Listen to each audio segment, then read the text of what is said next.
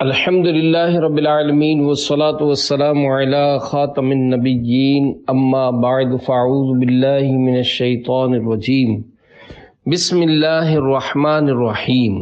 فیضان امام شافعی رحمۃ اللہ علیہ۔ دعائے عطار یا رب المصطفیٰ جو کوئی 17 صفحات کا رسالہ فیضان امام شافعی رحمۃ اللہ علیہ پڑھ یا سن لے، اسے علم دین کی لازوال دولت سے مالا مال فرما کر بے حساب بخش دے، آمین بجاہ خاتم النبیین صلی اللہ علیہ وآلہ وسلم۔ درود شریف کی فضیلت۔ فرمان امام شافعی رحمۃ اللہ علیہ، میں ہر مسلمان کے لیے پسند کرتا ہوں کہ وہ حضور صلی اللہ علیہ وآلہ وسلم پر کثرت سے درود پاک پڑھے، بیٹھتے اٹھتے جاگتے سوتے ہو الہی میرا شعار درود، دل میں جلوے بسے ہوئے تیرے لب سے جاری ہو بار بار درود، صلو علی الحبیب صلی اللہ علی محمد۔ حسن سلوک کی بہترین مثال منقول ہے، ایک بار امام شافعی رحمۃ اللہ علیہ نے کسی درزی سے قمیص یعنی قمیض لانگ شرٹ سلوائی۔ درزی آپ کے مقام و مرتبے سے نا واقف تھا، اس نے مذاق کرتے ہوئے دائیں آستین رائٹ سلیو اتنی تنگ کر دی کہ اس میں آپ رحمۃ اللہ علیہ کا ہاتھ بمشکل داخل ہوتا، اور بائیں یعنی لیفٹ اتنی کھلی کر دی کہ اس میں سر بھی داخل ہو سکتا تھا۔ آپ رحمۃ اللہ علیہ کی خدمت میں جب قمیص پیش کی گئی تو آپ نے فرمایا، اللہ پاک تجھے جزائے خیر عطا فرمائے، تنگ آستین وضو میں اوپر چڑھانے کے لیے بہتر ہے اور کھلی آستین کتاب رکھنے کے لیے مناسب ہے۔ اسی دوران خلیفہ وقت کا قاصد یعنی میسنجر 10,000 درہم لے کر آپ رحمۃ اللہ علیہ کی خدمت میں حاضر ہوا۔ آپ نے اس سے ارشاد فرمایا، اس درزی کو کپڑوں کی سلائی دے دو۔ جب درزی نے قاصد سے آپ کے متعلق پوچھا تو اس نے بتایا، یہ بزرگ امام شافعی رحمۃ اللہ علیہ ہیں۔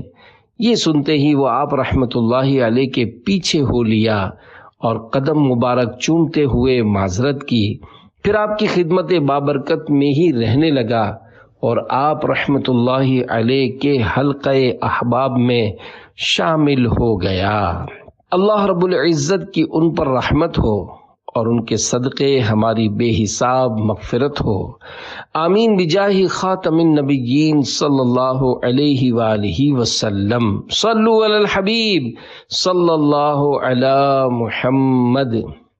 پیارے پیارے اسلامی بھائیوں، آپ نے ہمارے بزرگوں کا حسن اخلاق دیکھا۔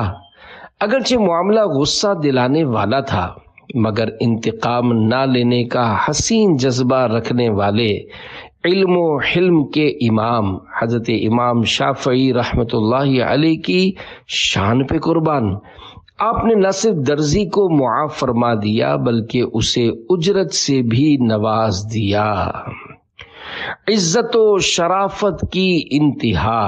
کروڑوں شافعیوں کے امام، دوسری صدی ہجری کے عظیم تابعی بزرگ حضرت امام شافعی رحمۃ اللہ علیہ کا مبارک نام محمد، کنیت ابو عبداللہ اور والد محترم کا نام ادریس تھا۔ آپ رحمۃ اللہ علیہ کا ایک لقب ناصر الحدیث بھی ہے۔ آپ راتوں کو جا کر عبادت کرنے والے، دنیا کی لذتوں سے دور رہنے والے، نیکی کی دعوت دینے اور برائی سے منع فرمانے والے تھے۔ آپ کا شجرہ نسب اللہ پاک کے پیارے پیارے آخری نبی صلی اللہ علیہ وآلہ وسلم سے جا ملتا ہے۔ امام ابو نعیم احمد بن عبداللہ اصفہانی شافعی رحمۃ اللہ علیہ لکھتے ہیں، عزت و شرافت کی انتہا یہ ہے کہ ایک مسلمان کا خاندانی تعلق تمام مخلوقات سے افضل ہستی حضرت محمد مصطفیٰ صلی اللہ علیہ وآلہ وسلم سے جا ملتا ہو۔ والد محترمہ کا خواب۔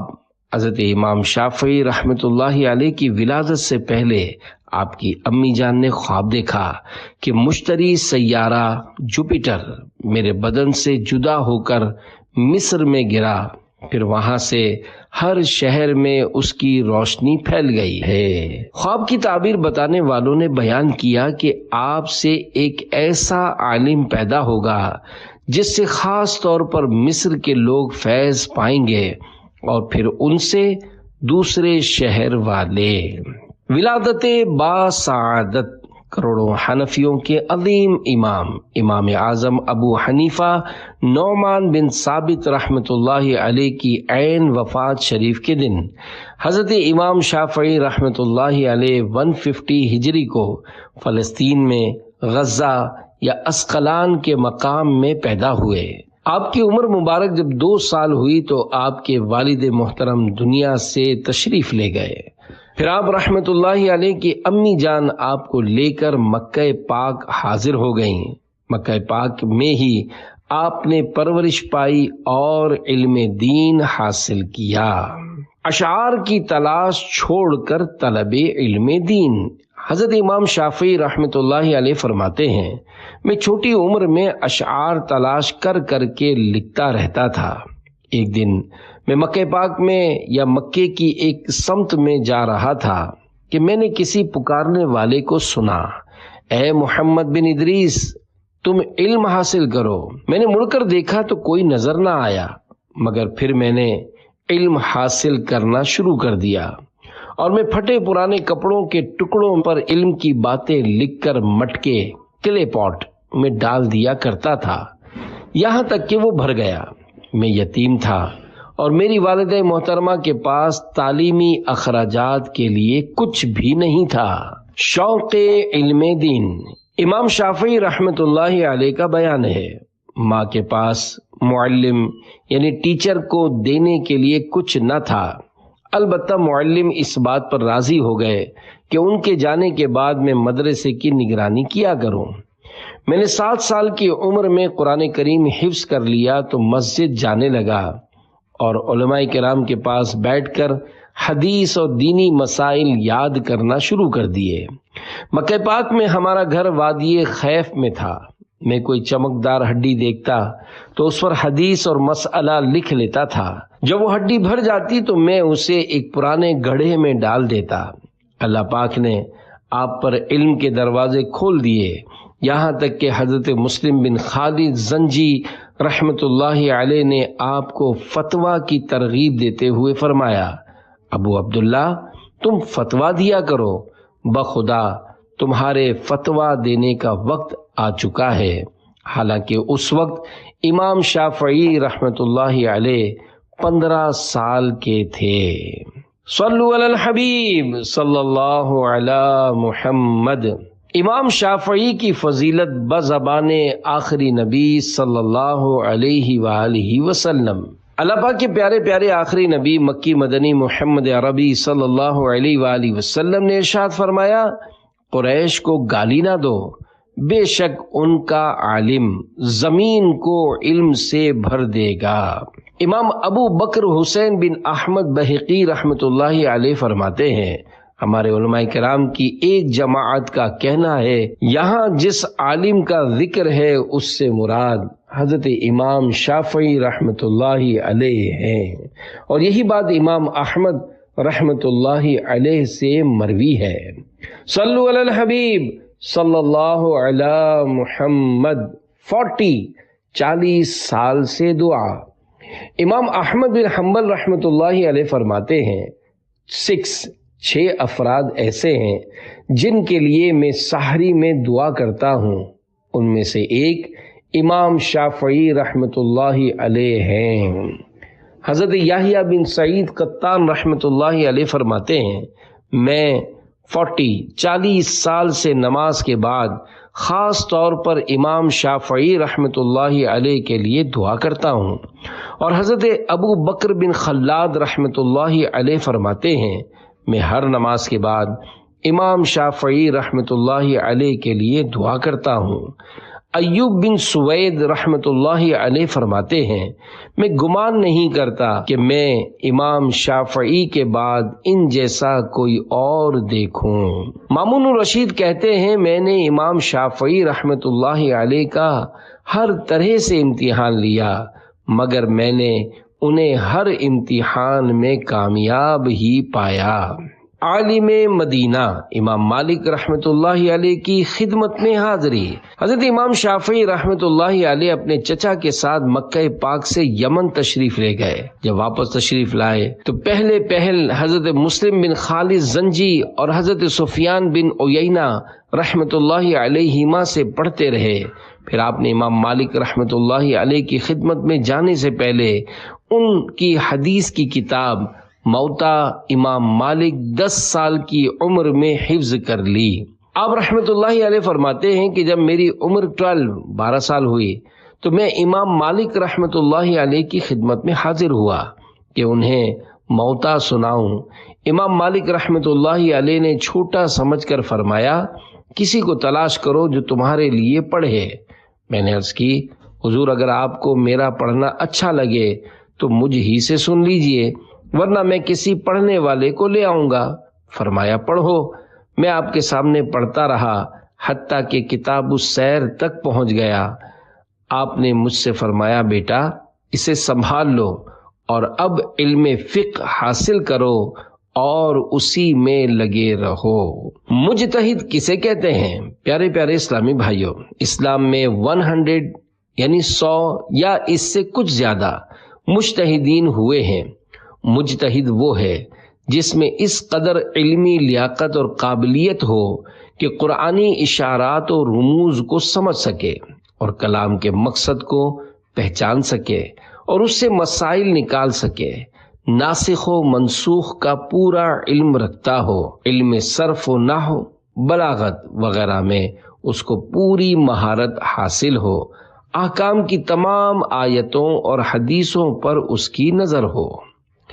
حضرت امام شافعی رحمۃ اللہ علیہ مجتہد مطلق اور فقہ شافعی کے بانی ہیں۔ آپ کے مقلدوں کو شوافع کہتے ہیں۔ دنیا میں احناف کے بعد سب سے زیادہ تعداد شوافع کی ہے۔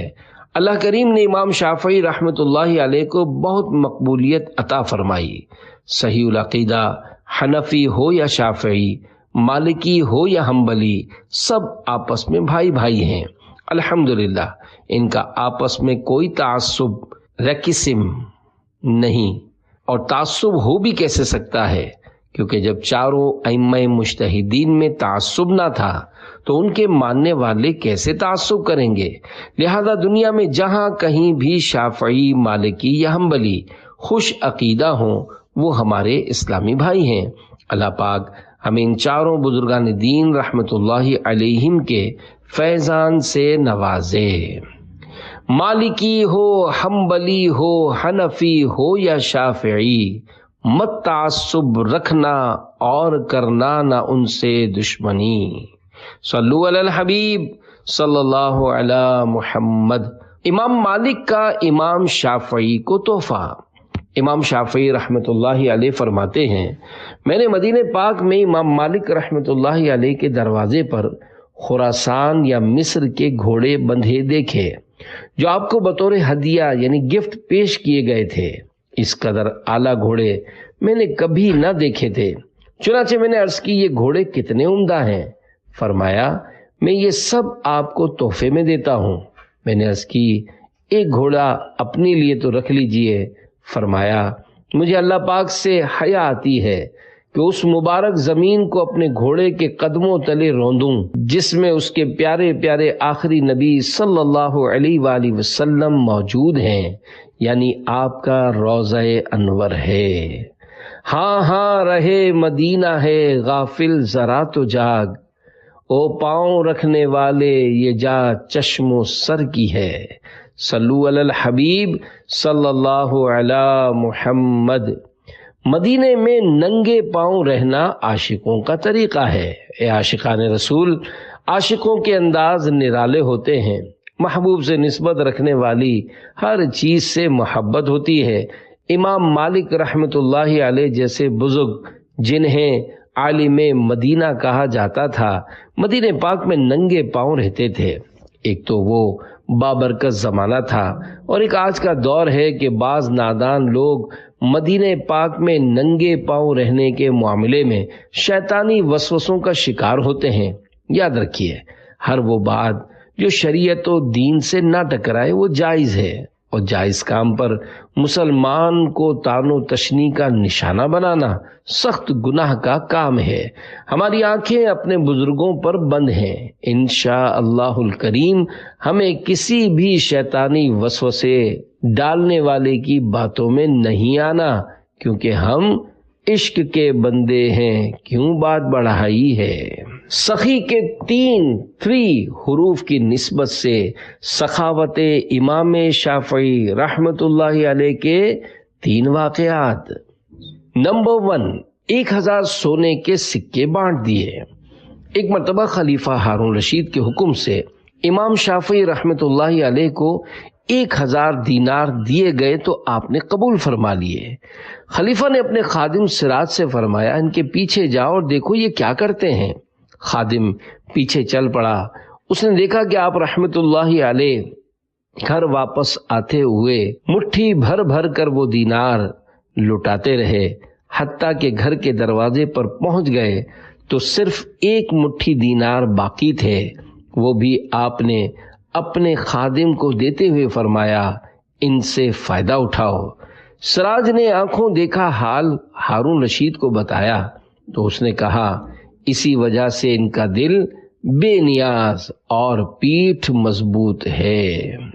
نمبر 2، 50,000 دینار۔ ایک مرتبہ حضرت امام شافعی رحمت اللہ علیہ کے پاس ہر سما آئے اور خلیفہ ہارون رشید کا سلام پہنچا کر کہا، خلیفہ نے آپ کو 50,000 دینار دینے کا کہا ہے۔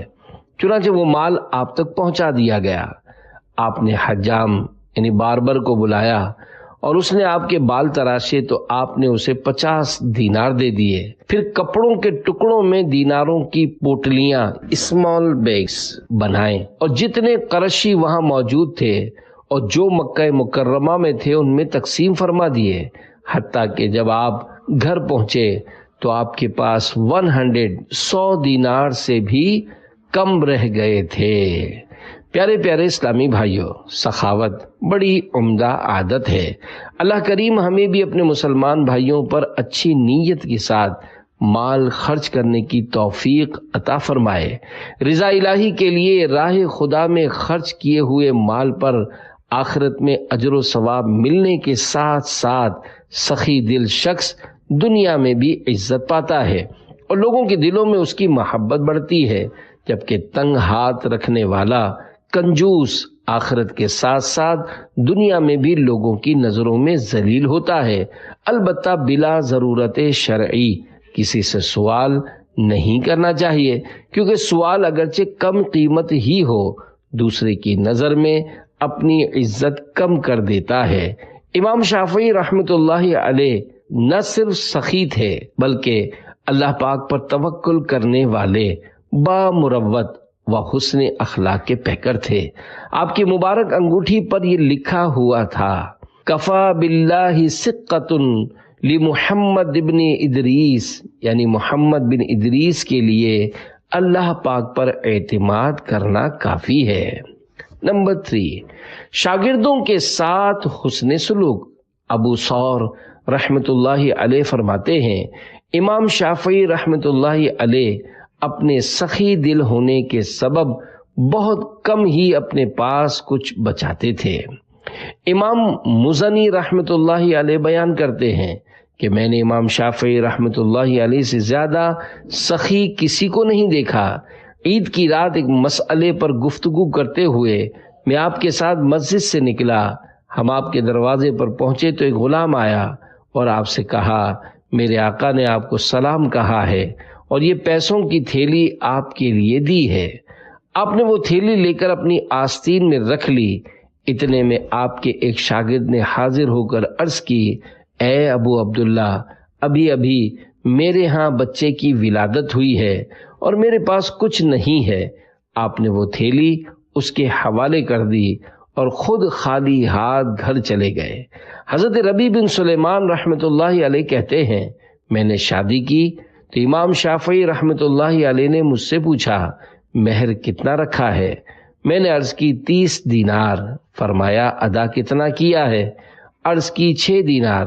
تو آپ رحمۃ اللہ علیہ اپنے گھر گئے اور میری طرف ایک تھیلی بھجوائی جس میں 24 دینار تھے۔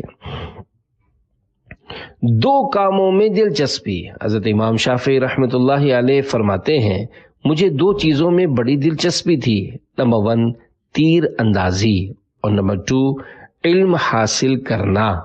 میں نے تیر اندازی میں اس قدر مہارت حاصل کی کہ 10 تیر چلاتا تو 10 کے 10 نشانے پر لگتے۔ راوی کہتے ہیں کہ علم کے حوالے سے آپ خاموش رہے تو میں نے عرض کی اللہ پاک کی قسم علم میں تو آپ اپنی تیر اندازی سے بھی بڑھ کر ہیں۔ امام شافعی رحمۃ اللہ علیہ کی داڑھی مبارک۔ امام مزنی رحمۃ اللہ علیہ فرماتے ہیں میں نے امام شافعی رحمۃ اللہ علیہ سے زیادہ حسین و جمیل نہیں دیکھا۔ آپ کے رخسار یعنی چیک مبارک ہلکے پھلکے تھے اور آپ کی داڑھی مبارک ایک مٹھی تھی۔ جب داڑھی شریف پر ہاتھ رکھتے تو ایک مشت یعنی 1 فسٹ سے زیادہ نہ ہوتی تھی۔ داڑھی مبارک پر مہندی لگاتے اور خوشبو بہت پسند فرماتے تھے۔ مسجد حرام میں دینی مسائل بیان کرنے کا دینی حلقہ۔ اے عاشقان اولیاء، مکہ پاک مسجد حرام میں فتوے کا حلقہ صحابی رسول حضرت عبداللہ بن عباس رضی اللہ عنہما کے پاس تھا۔ ان کے بعد عظیم تابعی بزرگ حضرت عطا بن ابی رباح رحمۃ اللہ علیہ یہ حلقہ لگاتے تھے۔ پھر حضرت عبد الملک بن عبد العزیز بن جریج رحمۃ اللہ علیہ فتویٰ دینے لگے۔ ان کے بعد یہ حلقہ حضرت مسلم بن خالد زنجی رحمۃ اللہ علیہ کے سپرد یعنی حوالے ہوا۔ پھر اس منصب پر حضرت سعید بن سالم قداح رحمۃ اللہ علیہ کے بعد حضرت امام محمد شافعی رحمۃ اللہ علیہ تشریف فرما ہوئے، جبکہ آپ اس وقت نوجوان تھے۔ عافیت کا سوال کیجئے۔ ایک مرتبہ حضرت امام شافعی رحمۃ اللہ علیہ شدید بیمار ہو گئے اور یہ دعا کرتے اے اللہ پاک اگر اس بیماری میں تو راضی ہے تو اس میں مزید اضافہ فرما دے۔ تو شہر کے اطراف سے حضرت ادریس بن یحییٰ معافری رحمۃ اللہ علیہ نے انہیں ایک خط بھیجا، اے ابو عبداللہ ہمارے لیے بہتر یہ ہے کہ ہم اللہ پاک سے عافیت کا سوال کیا کریں۔ اس کے بعد حضرت امام شافعی رحمۃ اللہ علیہ نے اپنے قول سے رجوع کرتے ہوئے عرض کیا میں اللہ پاک سے مغفرت طلب کرتا ہوں اور اس کی بارگاہ میں توبہ کرتا ہوں۔ پھر آپ یوں دعا کیا کرتے اللہم اجعل خیرتی فیما احب، یعنی اے اللہ پاک میری بھلائی ان امور میں رکھ دے جنہیں میں پسند کرتا ہوں۔ استاد بھی شاگرد کی طرف بھیجتے۔ امام شافعی رحمۃ اللہ علیہ کے نواسے احمد بن محمد رحمۃ اللہ علیہ فرماتے ہیں کہ میں نے اپنے والد محترم اور چچا جان سے سنا کہ حضرت سفیان بن عیینہ رحمۃ اللہ علیہ سے تفسیر اور خواب کی تعبیر کے متعلق کوئی بات پوچھی جاتی تو آپ امام شافعی رحمۃ اللہ علیہ کی طرف متوجہ ہو کر فرماتے یہ بات ان سے پوچھو۔ امام شافعی امام محمد کی خدمت میں۔ پیارے پیارے اسلامی بھائیوں، فقہ حنفی کے عظیم امام اعظم کے شاگرد رشید امام محمد بن حسین شیبانی رحمۃ اللہ علیہ امام شافعی کے اساتذہ کرام میں سے ہیں۔ جب امام شافعی عراق تشریف لائے تو امام اعظم کے قابل ترین شاگرد حضرت امام ابو یوسف رحمۃ اللہ علیہ کا انتقال شریف ہو چکا تھا۔ امام محمد رحمۃ اللہ علیہ نے حضرت امام شافعی رحمۃ اللہ علیہ کی بیوہ والدہ محترمہ سے نکاح کر لیا تھا اور امام شافعی ہی کو اپنا تمام مال اور کتب خانہ لائبریری دے دیا تھا۔ امام شافعی رحمۃ اللہ علیہ کے فقیہ و مجتہد ہونے کا سب سے بڑا اور حقیقی سبب یہی ہے۔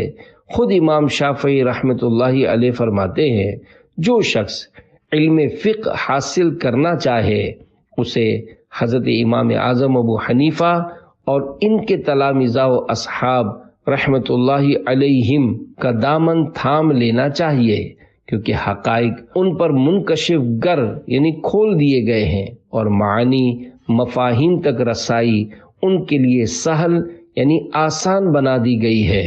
پھر فرمایا، خدا کی قسم میں ہرگز فقیہ یعنی عالم نہ ہوتا اگر میں محمد بن حسن شیبانی رحمۃ اللہ علیہ کا دامن نہ تھام لیتا اور ان کی کتابیں میرے پاس نہ ہوتی۔ حضرت ربیع بن سلیمان رحمۃ اللہ علیہ کہتے ہیں، میں نے حضرت امام شافعی رحمۃ اللہ علیہ کو فرماتے سنا کہ میں نے امام محمد رحمۃ اللہ علیہ سے بختی اونٹ کے بوجھ برابر علم حاصل کیا، اور وہ سب میں نے بذات خود سنا ہے۔ ایک موقع پر امام شافعی رحمۃ اللہ علیہ نے ارشاد فرمایا، فقہ میں مجھ پر سب سے بڑھ کر جس شخص کا احسان یعنی فیور ہے وہ امام محمد بن حسن شیبانی رحمۃ اللہ علیہ ہیں۔ بندہ موٹا کیوں ہوتا ہے؟ فرمانے امام شافعی رحمۃ اللہ علیہ، امام محمد رحمۃ اللہ علیہ کے سوا کوئی بھی موٹا شخص کامیاب نہیں ہوا۔ پوچھا گیا کیوں؟ فرمایا اس لیے کہ عقل مند آدمی میں دو میں سے ایک عادت ضرور ہوتی ہے، یا تو وہ اپنی آخرت کے لیے غمگین رہتا ہے، یا پھر اپنی دنیا کے لیے اور غم کے ساتھ چربی کبھی نہیں چڑھتی۔ لہذا جب بندہ دونوں غموں سے خالی ہے تو پھر وہ جانوروں کی صف میں چلا گیا اور چربی چڑھنے لگی۔ بہت کھانے پینے سے پرہیز کرنا کہ بسیار خوری میں نقصان بڑا ہے۔ صلو علی الحبیب صلی اللہ علی محمد۔ امام شافعی کی امام اعظم سے عقیدت و محبت۔ امام شافعی رحمۃ اللہ علیہ کا بارگاہ امام اعظم ابو حنیفہ رحمۃ اللہ علیہ میں ادب و احترام کا یہ عالم تھا کہ آپ فرماتے ہیں کہ میں حضرت امام اعظم ابو حنیفہ رحمۃ اللہ علیہ سے برکت حاصل کرتا ہوں اور آپ کی قبر پر حاضری دیتا ہوں، اور جب مجھے کوئی ضرورت پیش آتی ہے تو میں 2 رکعت نماز نفل ادا کرتا ہوں اور ان کی قبر کے قریب آ کر اپنی ضرورت کے لیے اللہ پاک سے دعا کرتا ہوں تو میری ضرورت جلد پوری ہو جاتی ہے۔ اور ایک مستند روایت یہ ہے کہ حضرت امام شافعی رحمۃ اللہ علیہ نے نماز فجر امام اعظم رحمۃ اللہ علیہ کے مزار شریف کے نزدیک ادا کی تو اس میں قنوت نہیں کیا، جبکہ شوافع کے یہاں قنوت نماز فجر میں پڑھی جاتی ہے۔ کسی نے آپ سے سوال کیا کہ حضور یہ کیا کیا؟ آپ نے فجر میں قنوت نہیں کیا؟ آپ نے جواب میں فرمایا، یہ صاحب قبر کا ادب و احترام ہے نعمان ابن ثابت، ابو حنیفہ ہے ان کی کنیت، پکارتا ہے یہ کہہ کے عالم امام اعظم ابو حنیفہ۔ صلو علی الحبیب صلی اللہ علی محمد۔ مزارات اولیاء کی برکتیں۔ اے عاشقان اولیاء، اس واقعے سے یہ بھی پتہ چلا کہ اولیاء کرام رحمت اللہ علیہم کے مزارات شریف پر حاضری دینا اللہ کے نیک بندوں کا پرانا طریقہ چلا آ رہا ہے۔ جو لوگ بلا وجہ اولیاء کرام کے مزارات پر حاضری دینے سے منع کرتے ہیں وہ سخت غلط فہمی میں مبتلا ہیں۔ انہیں چاہیے کہ شیطانی وسوسوں سے بچتے ہوئے خود بھی مزارات مبارکہ پر حاضری دیں اور عاشقان رسول کو بھی حاضری سے نہ روکیں۔ البتہ اگر مزار شریف کے اطراف میں کوئی غیر شرعی معاملہ ہو یا بے پردگی وغیرہ ہو تو اس کو دل میں ضرور برا جانیے، مگر اس وجہ سے اپنے آپ کو حاضری سے محروم کر لینا سخت نادانی ہے۔ ناک پر مکھی بیٹھے تو مکھی کو اڑانا چاہیے، نہ کہ بندہ اپنی ناک ہی کاٹ ڈالے۔ اسلام کے پہلے خلیفہ حضرت امام شافعی رحمۃ اللہ علیہ نے فرمایا، حضرت ابو بکر صدیق رضی اللہ عنہ کی خلافت پر لوگوں نے اتفاق کیا، پھر آپ نے حضرت عمر رضی اللہ عنہ کو خلیفہ بنایا، جبکہ انہوں نے 6 افراد کی شورا بنائی کہ اپنے میں سے کسی ایک کو خلیفہ منتخب کر لے، تو شورا نے خلافت حضرت عثمان رضی اللہ عنہ کو سپرد کر دی۔ وجہ یہ تھی کہ رسول اللہ صلی اللہ علیہ وآلہ وسلم کے بعد لوگوں میں بڑی بے چینی تھی، اور انہوں نے آسمان کے نیچے حضرت ابو بکر صدیق رضی اللہ عنہ سے بہتر کسی کو نہ پایا، تو آپ ہی کو اپنا خلیفہ بنا دیا۔ حضرت ربیع رحمۃ اللہ علیہ کہتے ہیں، میں نے امام شافعی رحمۃ اللہ علیہ کو یہ فرماتے ہوئے سنا کہ رسول اللہ صلی اللہ علیہ وآلہ وسلم کے بعد لوگوں میں سب سے افضل حضرت ابو بکر، پھر حضرت عمر، پھر حضرت عثمان، اور پھر حضرت علی رضی اللہ عنہم ہیں۔ سایہ مصطفیٰ مایہ اصطفیٰ، عز و ناز خلافت پہ لاکھوں سلام، یعنی اس افضل الخلق بعد الرسل، ثانی اثنین ہجرت پہ لاکھوں سلام۔ صلو علی الحبیب صلی اللہ علی محمد۔ امت محبوب کے لیے دعائیں۔ حضرت حسن کرابیسی رحمۃ اللہ علیہ بیان کرتے ہیں کہ میں نے امام شافعی رحمۃ اللہ علیہ کے ساتھ کئی راتیں گزاری ہیں۔ آپ تقریباً 1/3 رات نماز پڑھتے تھے، اور میں نے انہیں 50 سے زیادہ آیات پڑھتے نہیں دیکھا۔ اگر زیادہ پڑھ لیتے تو 100 پڑھ لیتے، اور کسی بھی آیت رحمت پر پہنچتے تو بارگاہ الہی میں اپنے لیے اور تمام مسلمانوں کے لیے رحمت کی دعا مانگتے، اور جب بھی کوئی عذاب کے تذکرے والی آیت پڑھتے تو اس سے پناہ مانگتے، پھر اپنے اور تمام مسلمانوں کے لیے اس سے نجات مانگتے تھے۔ خوف خدا سے بے ہوش ہو گئے۔ امام شافعی رحمۃ اللہ علیہ کے سامنے ایک مرتبہ بڑی پیاری آواز میں ان آیات مبارکہ کی تلاوت کی گئی۔ هَذَا يَوْمُ لَا يَنطِقُونَ وَلَا يُؤْذَنُ لَهُمْ فَيَعْتَذِرُونَ۔ ترجمہ کنز ایمان، یہ دن ہے کہ وہ بول نہ سکیں گے اور نہ انہیں اجازت ملے کہ عذر کریں۔ تو آپ کا رنگ تبدیل ہو گیا، رونگٹے کھڑے ہو گئے، اور جسم شریف کے جوڑ کپ کپانے لگے، اور آپ بے ہوش ہو کر زمین پر تشریف لے آئے۔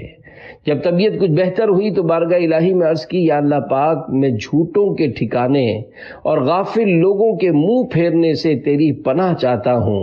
یا اللہ پاک، تیری پہچان رکھنے والوں کے دل تیرے لیے جھک گئے، اور تیری ملاقات کا شوق رکھنے والوں کی گردنیں تیری ہیبت کے سامنے جھک گئیں۔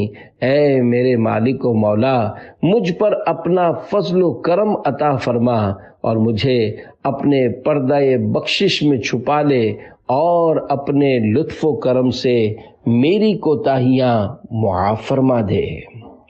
یا خدا میری مغفرت فرما، باغ فردوس مرحمت فرما، تو گناہوں کو کر معاف اللہ، میری مقبول معذرت فرما۔ صلو علی الحبیب صلی اللہ علی محمد۔ عبادات و نیک عادات۔ حضرت امام شافعی رحمۃ اللہ علیہ نے رات کو 3 حصوں میں تقسیم کر رکھا تھا، 1/3 علم کے لیے، 1/3 عبادت کے لیے، اور 1/3 آرام کے لیے۔ آپ رمضان مبارک میں 60 قرآن کریم ختم فرمایا کرتے تھے، اور سب نماز میں ختم کرتے۔ آپ رحمۃ اللہ علیہ نے فرمایا، میں نے اللہ پاک کی کبھی سچی یا جھوٹی قسم نہیں کھائی، اور میں نے کبھی بھی جھوٹ نہیں بولا۔ اے عاشقان امام شافعی، کاش ہمیں بھی روزانہ کچھ نہ کچھ قرآن کریم پڑھنے سننے کی سعادت نصیب ہو جائے۔